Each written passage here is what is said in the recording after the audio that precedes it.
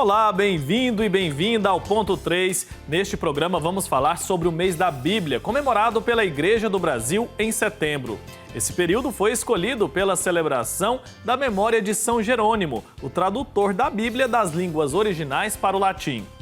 O lema deste ano é Vestir-se da Nova Humanidade, versículo da carta aos Efésios, a carta que nos convida a seguir uma nova vida após o batismo, lembrando sempre de seguir os exemplos de Jesus. Si uno quiere compartir su fe con la palabra, tiene que escuchar mucho. Imitemos el estilo de Jesús, que se adaptaba a las personas que tenía ante él para acercarles el amor de Dios.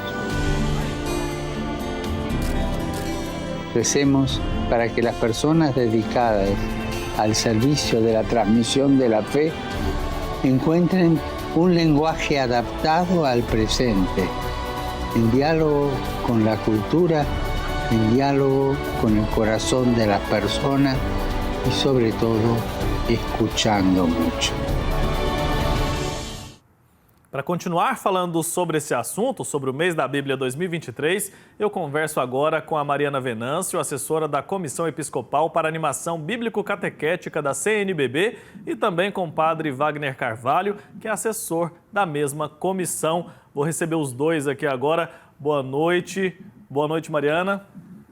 Boa noite, Wilker. Boa noite também a quem nos assiste de casa. Boa noite, padre Wagner. Seja bem-vindo. Boa noite, Wilker, e boa noite a você que nos acompanha nesse momento.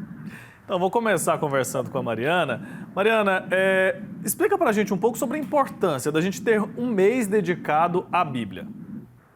Bom, Wilker, há mais de 50 anos, a Igreja no Brasil nos propõe esse gesto de dedicar um mês do nosso calendário à aproximação à Sagrada Escritura. Então, o mês de setembro vem sendo celebrado nas nossas comunidades, não só como ocasião de formação sobre a palavra de Deus, mas também ocasião de aproximação. E essa aproximação se faz também pela oração, pela busca de uma espiritualidade bíblica e pela disposição sempre maior ao anúncio da palavra de Deus, que se faz com palavras e também com obras. Nós acreditamos que ao nos aproximarmos da palavra de Deus, contida na Sagrada Escritura, nós nos aproximamos do encontro verdadeiro e profundo com Jesus Cristo. Então, o mês de setembro vem produzindo vários frutos desde o início da sua celebração, que são frutos que ajudam nossas comunidades e também aqueles que dela fazem parte a se aproximarem da Sagrada Escritura e cultivarem sempre mais a centralidade da Bíblia, tanto na pastoral como também na vida. Sem dúvida. Padre Wagner, complementando aí o que a Mariana disse, a gente pode dizer que esse mês da Bíblia é essencial para que a gente aprofunde nosso conhecimento, a nossa relação com a Sagrada Escritura, né? Olha, é uma oportunidade que a Igreja Católica oferece ao nosso povo brasileiro de retomar também aquilo que o Concílio Vaticano II, os seus documentos, nos ajuda a entender a importância da palavra de Deus também na vida do nosso povo. E este mês de setembro vem exatamente coroar esse processo, porque nos ajuda também a entender que a palavra de Deus é uma pessoa. E sendo essa pessoa Cristo, agora é uma palavra que é encarnada. Eu conhecendo essa palavra, eu vivendo esta palavra, eu agora tenho um Cristo presente em minha vida. Portanto, é um mês muito especial. É um mês também que nossas comunidades no Brasil inteiro têm a oportunidade de abeirar-se da palavra, escutá-la, meditá-la, contemplá-la e depois vivê-la. De tal forma que esses 4 passos orientam também a vida do cristão. Aquilo que é escutado passa também a ser vivido. E a palavra, então, sai da estante e a ingressa, adentra na vida da pessoa. Agora, esta palavra que está na vida da pessoa é também chamado e chamada a ser testemunha. Aí, agora a palavra sai da estante, entra na vida da pessoa e é vivenciada dentro da comunidade. Essa comunidade agora se torna, portanto, esta nova plataforma na qual a palavra de Deus também ganha um novo horizonte. Então é correto a gente dizer que, além de ser uma grande oportunidade para a gente pensar na palavra de Deus, na Bíblia, como um livro, é como uma forma de viver, né?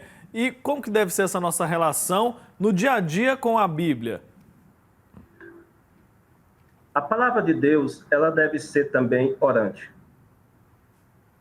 Nós encontramos muitas vezes nas nossas comunidades, por onde nós passamos, as pessoas dizerem: Padre, eu leio uma citação bíblica, uma passagem bíblica, mas depois a leio novamente, não entendo. A palavra de Deus, ela não pode ser apenas lida, ela deve ser também rezada, orante. Assim como a palavra de Deus suscita, por meio do Espírito em nós, novas inquietações, nós devemos também, por meio da palavra, se encontrar com ela. Agora, viver essa palavra não é apenas lê-la, significa também agora pedir ao Espírito Santo que abra o nosso coração para compreendê-la. Compreendendo-a, agora me sinto também fortalecido para ser um comunicador, porque antes ela já foi também interiorizada na minha vida. Agora, aquilo que eu leio, aquilo que o Espírito suscita por meio da meditação, eu a vivo. Eu a vivendo, agora eu a comunico porque ela também foi internalizada na minha vida e no meu coração. De tal forma que aquela palavra que antes era escrita, ela agora se torna vivida porque ela é também comunicada com a minha própria vida. Tá explicado, padre. Mariana, conta pra gente um pouco sobre como é o trabalho de vocês aí na comissão. Bom, a comissão da CNBB é a Comissão Bíblico-Catequética. Então, nós levamos adiante, presididos hoje por Dom Leomar Brustolin, o trabalho da animação bíblico-catequética em todo o Brasil. Nós sempre costumamos dizer que a comissão tem duas frentes de trabalho, Bíblia e catequese. Mas essas duas frentes, elas não são dissociadas, não são trabalhos independentes, mas são trabalhos que se associam, no sentido de que a catequese é o primeiro lugar do anúncio da palavra de Deus. Comemoramos nesse último final de semana os 40 anos do Catequese Renovada, que nos ensinava que a Bíblia é o livro por excelência da catequese. E, por outro lado, não existe catequese sem Sagrada Escritura, né? Sem o anúncio de Jesus Cristo que se comunica em sua palavra.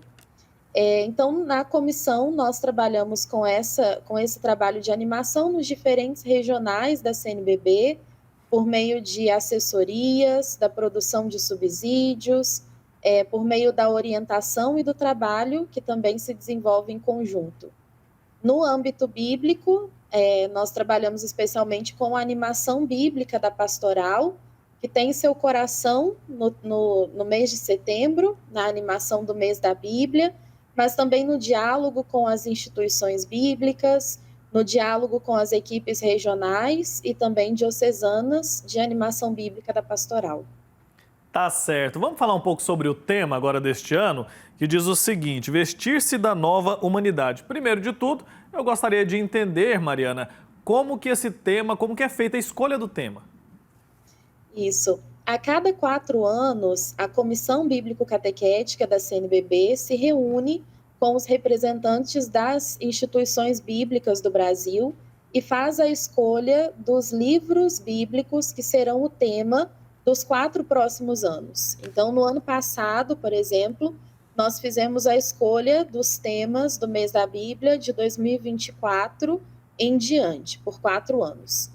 E a cada ano, a Comissão Bíblico-Catequética reúne o seu grupo de reflexão, que é chamado Grebicat, e com o Grebicat escolhe do tema definido para aquele ano o lema, que é quase sempre um versículo bíblico ou um trecho do versículo bíblico daquele livro.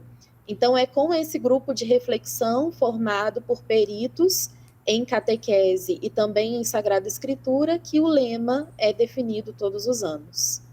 Tá explicado. Agora, padre, vamos refletir um pouco a respeito do tema escolhido para 2023? É um convite para todos nós, né? É um convite, uma ocasião muito oportuna para meditarmos sobre um tema tão interessante, vestir-se da nova humanidade. Estamos em um contexto marcado por muitas fragilidades humanas, divisões internas na vida da própria pessoa. E esse tema, ele é muito oportuno. porque a nova humanidade não significa apenas uma dimensão também espiritual, é também uma dimensão humana, psicológica. E esta reflexão nos ajuda a integrar a pessoa humana nas suas diversas dimensões e também a dimensão espiritual. O vestir-se da nova humanidade significa também agora um convite, por meio da palavra, a se encontrar conosco mesmo. Neste encontro pessoal agora, me encontro com a palavra. Deste encontro resulta agora uma nova criatura. Mas esta nova humanidade, que a própria carta aos Efésios nos convida a meditar e a refletir, é um centro também de uma nova criatura.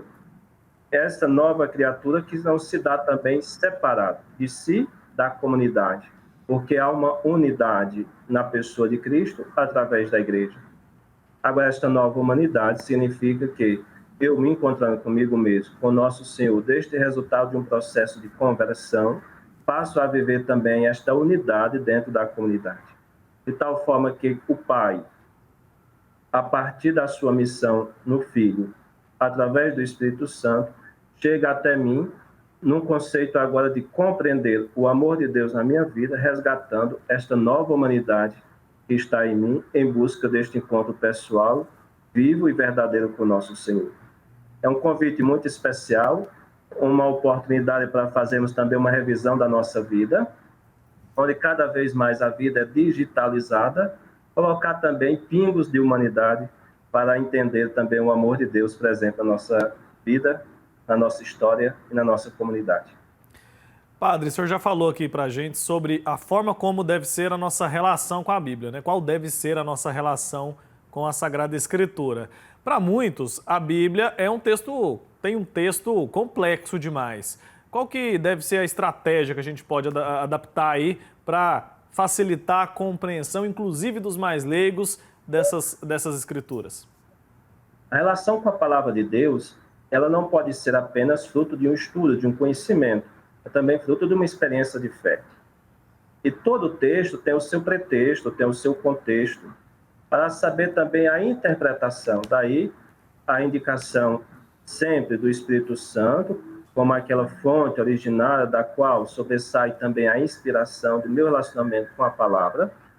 Segundo momento também, a meditação, porque escutando-a, eu agora vejo, sinto, escuto o que o texto me diz. E um terceiro momento também, como eu posso dizer ao texto que se torna um compromisso na minha vida. Esses 3 passos que são comuns nos nossos comentários, nos nossos estudos, nos leva também agora a uma decisão de vida. Se nós parássemos aqui, poderíamos dizer, mas já escutei bastante isso. Mas nós não nos encontramos apenas com um livro. A nossa relação também é com uma pessoa. É o Cristo ressuscitado. É o próprio Cristo que fala através das Escrituras. De tal forma que quando se anuncia a palavra, Cristo fala em mim. Quando nós dizemos, o Senhor esteja convosco, quando nós terminamos de proclamar a palavra, nós sempre respondemos dizendo a palavra do Senhor. Esta relação íntima, profunda, é também o significado para compreender que toda palavra anunciada e comunicada requer também uma resposta. Tá certo. Agora, Mariana, fala um pouco para a gente sobre a importância daqueles grupos de estudo que são propostos principalmente para esse mês da Bíblia. Qual a importância deles e como eles podem justamente nos ajudar à compreensão da palavra de Deus? Wilker, é muito interessante que os grupos de reflexão, que também se chamam círculos bíblicos em muitos lugares, eles são pequenas comunidades em que as pessoas vão se tornando familiares umas das outras. E nesses pequenos grupos, quase sempre liderados por leigos e leigas, as pessoas se sentem à vontade, não só para partilharem da Sagrada Escritura, como também para partilharem da sua vida. Então, nós percebemos que nas comunidades onde esses grupos existem e atuam, eles vão se tornando, de fato, pequenas comunidades em que as pessoas partilham o conhecimento da Sagrada Escritura e também a sua vida. Nós temos um documento publicado pela CNBB, que é o documento 97, Discípulos e Servidores da Palavra de Deus, que também fala sobre a animação bíblica da pastoral. E lá nesse documento, a CNBB indica que os 3 caminhos para alcançar uma verdadeira animação bíblica da pastoral são formação, oração e anúncio com a palavra de Deus. Então, a Bíblia se torna o centro da pastoral e também da nossa vida quando nós alcançamos essas 3 perspectivas, da formação, da oração e do anúncio. A experiência dos círculos bíblicos, dos grupos de reflexão, é uma experiência que dá conta desses 3 caminhos. Então, aqueles que participam de grupos de reflexão, aos poucos, adquirem familiaridade e formação com a Sagrada Escritura, vão conhecendo cada vez mais o texto bíblico. E essa é a perspectiva da formação. Além disso, os encontros dos grupos de reflexão são sempre encontros orantes, em que as pessoas juntas rezam com a palavra de Deus. E a perspectiva do anúncio é exatamente o fato de que a maior parte desses grupos são realizados nas casas e, às vezes, até nas casas daqueles que não são tão frequentes na comunidade. Então, temos diversos testemunhos de grupos pelo Brasil que fizeram com que as pessoas se reaproximassem da comunidade cristã, se tornassem novamente assíduas à celebração eucarística e aos demais cotidianos mesmo da comunidade eclesial. Então, o grupo de reflexão, ele oferece esses 3 caminhos e ele vai se tornando o lugar em que as pessoas se sentem à vontade, sentem liberdade para ler o texto bíblico e então vão descobrindo que a leitura da palavra de Deus, a interpretação da palavra de Deus é acessível também a todo o povo. Então, por isso, nós temos incentivado muito e na CNBB nós produzimos 2 subsídios sempre para o mês da Bíblia, o mês de setembro. É o texto base, que traz uma visão geral sobre o tema do mês da Bíblia, esse ano a Carta aos Efésios, e o roteiro de círculos bíblicos, que é o convite para que as comunidades se organizem ao longo do mês de setembro e celebrem juntas os círculos bíblicos. No nosso subsídio são sempre 4 círculos bíblicos, um para cada semana do mês de setembro, e uma celebração final que objetiva reunir todos os círculos bíblicos que a comunidade conseguiu organizar para celebrarem juntas o encerramento do mês. Perfeito, Mariana. Agora, Padre Wagner, a escolha da Carta aos Efésios como livro bíblico base ali para reflexão durante esse mês de setembro, a escolha é muito significativa, né? Quais aspectos, então, desse livro a gente pode trazer para o nosso dia a dia? Fala um pouco sobre isso para a gente. Creio que é muito significativo, porque a Carta aos Efésios, sobretudo o capítulo 4, onde está ali o tema central mesmo da carta, nos dá 5 passos, por exemplo, de como ser cristão em todo tempo. Então, é uma carta muito atual, muito significativa, e que traz para nós reflexões de como a gente ser cristão no mundo atual. Oportunizar para que nossas comunidades compreendam isso mais de perto, reflitam e rezem, é dar oportunidade ao nosso povo de vivenciar como ser cristão nos dias atuais. Um dos temas fundamentais de como ser cristão, um só corpo, a unidade. Devemos ser cada vez mais unidos. Cristo é o ponto de nossa unidade das nossas comunidades. É muito difícil ser cristão distante da comunidade. É impossível seguir Jesus sem estar na comunidade. Segundo passo de ser cristão, que a carta nos traz de forma muito clara, é ser gente nova, revestir-se da nova humanidade. Não dar para seguir Jesus, sendo um velho homem. A cada dia Cristo nos renova. Ser cristão no mundo atual é nos renovar da palavra, através dos sacramentos, vivendo e testemunhando na e em comunidade. Segundo passo.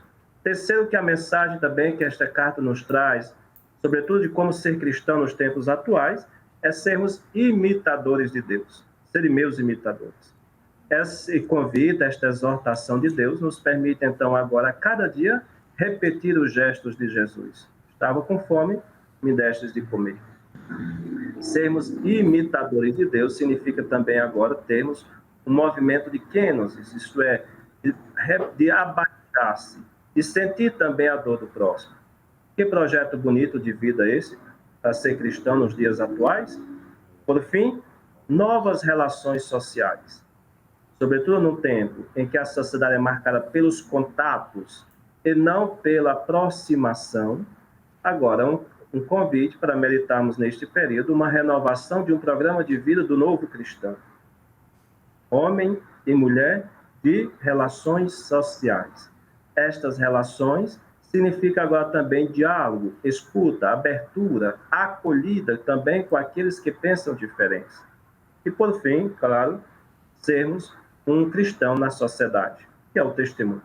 Agora, estas 5 etapas que a carta também nos convida a refletirmos, a meditarmos, ela nos dá uma orientação, um cronograma de vida para sermos cristãos nos dias atuais. Certo, padre. Ainda nessa história do ser cristão nos dias atuais, é possível ser cristão sem praticar a leitura da Bíblia? Nós poderíamos cair no fundamentalismo das nossas ideologias. O Papa Francisco nos faz recordar que devemos voltar sempre ao frescor do Evangelho. O nosso ponto de partida como ação e como cristão é a palavra. E a parte da palavra nos dá um orientamento. Ser cristão sem a palavra, nós podemos cair no certo fundamentalismo ou, do outro lado, no certo relativismo.